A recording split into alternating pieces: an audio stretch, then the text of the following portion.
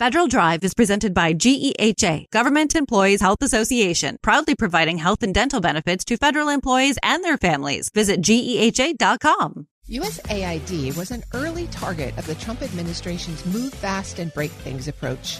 But moving fast and breaking things can be expensive. The DOGE lead for the agency's shutdown now estimates in a recent memo an ongoing cost of $6 billion each year for the foreseeable future. Here with more on the details of the process and the memo is senior reporter for Bloomberg Government, Ian Kullgren. Ian, thank you so much for joining me.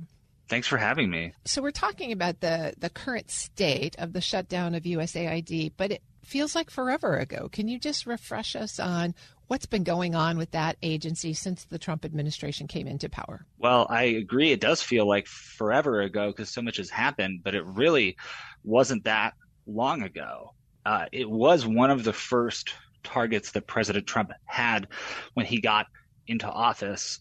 It was an agency that was not known by most Americans, although pretty well known, in D.C. and in federal circles, obviously. But it was an agency that they made a hallmark of the so-called America First agenda, the doctrine, the foreign policy doctrine that the president has embraced that rests largely on not getting involved in foreign entanglements, giving foreign aid in favor of keeping that money at home. And so it was something that really, really sort of embodied that, or could be framed in a way that embodied that belief of the administration. And so remarkably quickly, the administration shut it down. They purged top leadership, put in folks who were either aligned with or actually worked for DOGE and Elon Musk. And within a matter of days, frankly, it was clear that USAID was going to be no more. And so what's the current state right now, especially of the employees at USAID? They've been back and forth with different legal rulings and those kinds of things. Right. Well, it's complicated, especially for USAID, because by nature of the work, there are people all over the world. So there are people who are still stationed in embassies and other outposts abroad who are overseeing the kind of last vestiges of closing up shop. And eventually everybody will be brought back to the United States. There are two final layoff waves that are going to happen this summer. And pretty much by September, the agency will be almost entirely gone, except for a few skeleton staff who are going to be left dealing with some logistics. And that's kind of what our reporting centered on. As you described the initiation of the layoffs at USAID and the closure, was there an initial estimate from the Trump administration on what they thought they would save by doing this?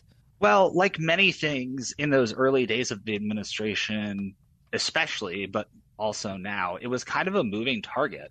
DOGE put up its website and was throwing out numbers of contracts it had canceled and the savings, the purported savings for each contract. When very diligent journalists looked into it, however, in a lot of cases, those numbers were inflated because they were counting contracts that had already been finalized, and the aid or whatever the service was for that contract was already going out the door.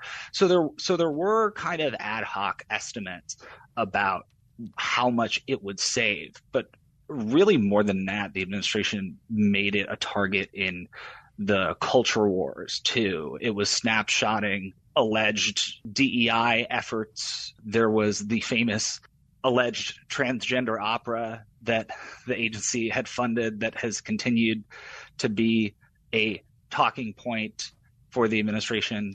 So there was a general promise of savings, but there was also this emotional appeal to the president's base of shutting down the agency. I'm speaking with Ian Kullgren. He's a senior reporter for Bloomberg Government. So you all have just been reporting on a new estimate of the actual costs of shutting down USAID, $6 billion. So tell us a little bit more about where that estimate comes from and what comprises it. Right. Well, this was based on a memo that my colleague Jack Fitzpatrick and I obtained from four sources who were familiar with it, who had seen it, reviewed it in some way, and it is an internal estimate from the State Department, specifically from a DOGE staffer who has since been installed at the State Department and has been dealing with a lot of State Department matters on behalf of the White House.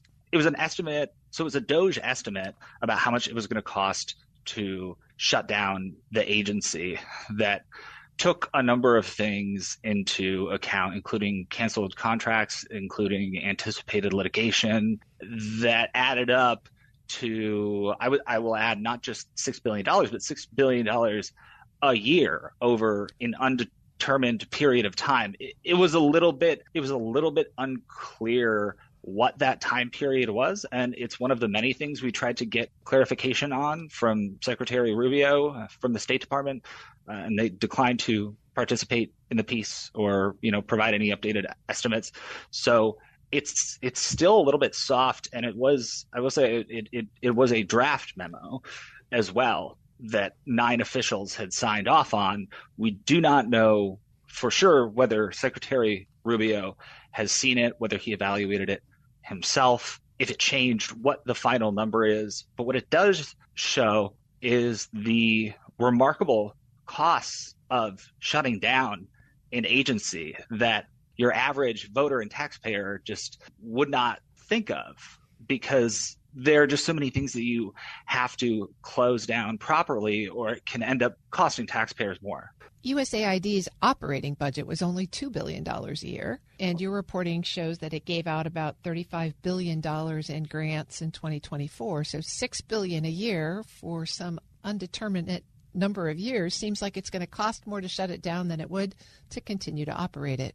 Well, I don't think we know that for sure, because when you factor in all of the aid around the world, that will not be going out, surely I think the White House will argue that there is still a taxpayer savings there. I don't know that we have an independent answer to that question, or whether we will in the near future, because a chunk of these costs, frankly, it was not the biggest chunk, but more than $300 million, almost $350 million, was anticipating all of the lawsuits that they were going to have to pay to defend the government against, for contractors who had their contract breached and sued the government in a multitude of jurisdictions around the world. I might add, this is not just suing them in U.S. courts, but in every country where the agency operated and contractors felt like their contract was violated and they're aggrieved. And also lawsuits from people who worked there, who are arguing that they were not terminated from the agency legally, and the agency shutdown was not legal in the first place. So a lot of it just depends too on how much legal pushback the administration is going to get in the next couple of years. So what do you think the next steps are here for the Department of State and the USAID residual when it comes to actually taking the next steps to shut down and close the agency's operations? Right.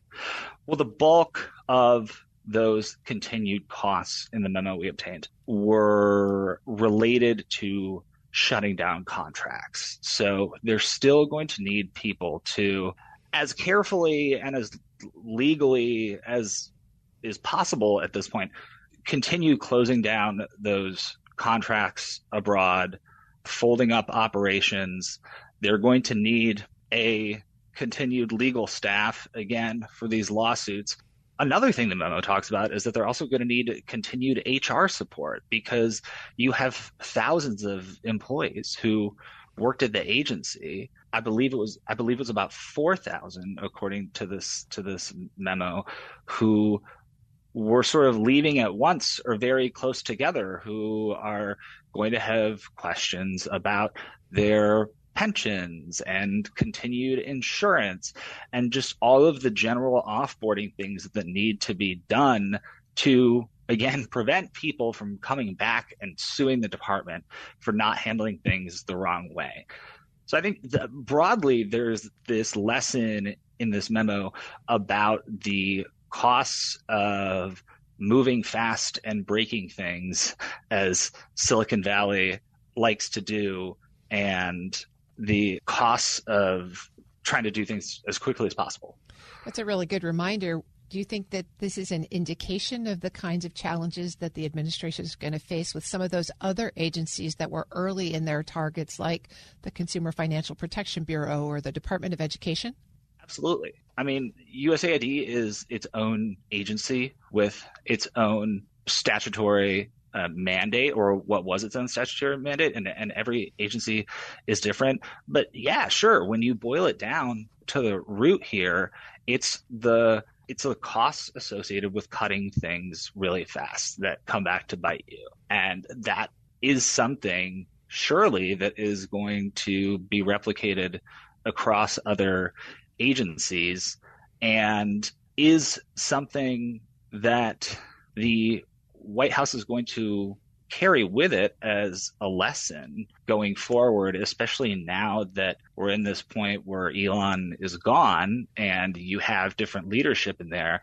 I think it'll be interesting to see whether there is a slowing down and a more thoughtful approach as a result of some of these costs, these unexpected costs. I've been speaking with Ian Kullgren. He's a senior reporter for Bloomberg Government. Ian, thank you so much for joining me with this story today. Thank you. We'll post this interview at federalnewsnetwork.com/Federal Drive. Subscribe to the Federal Drive wherever you get your podcasts.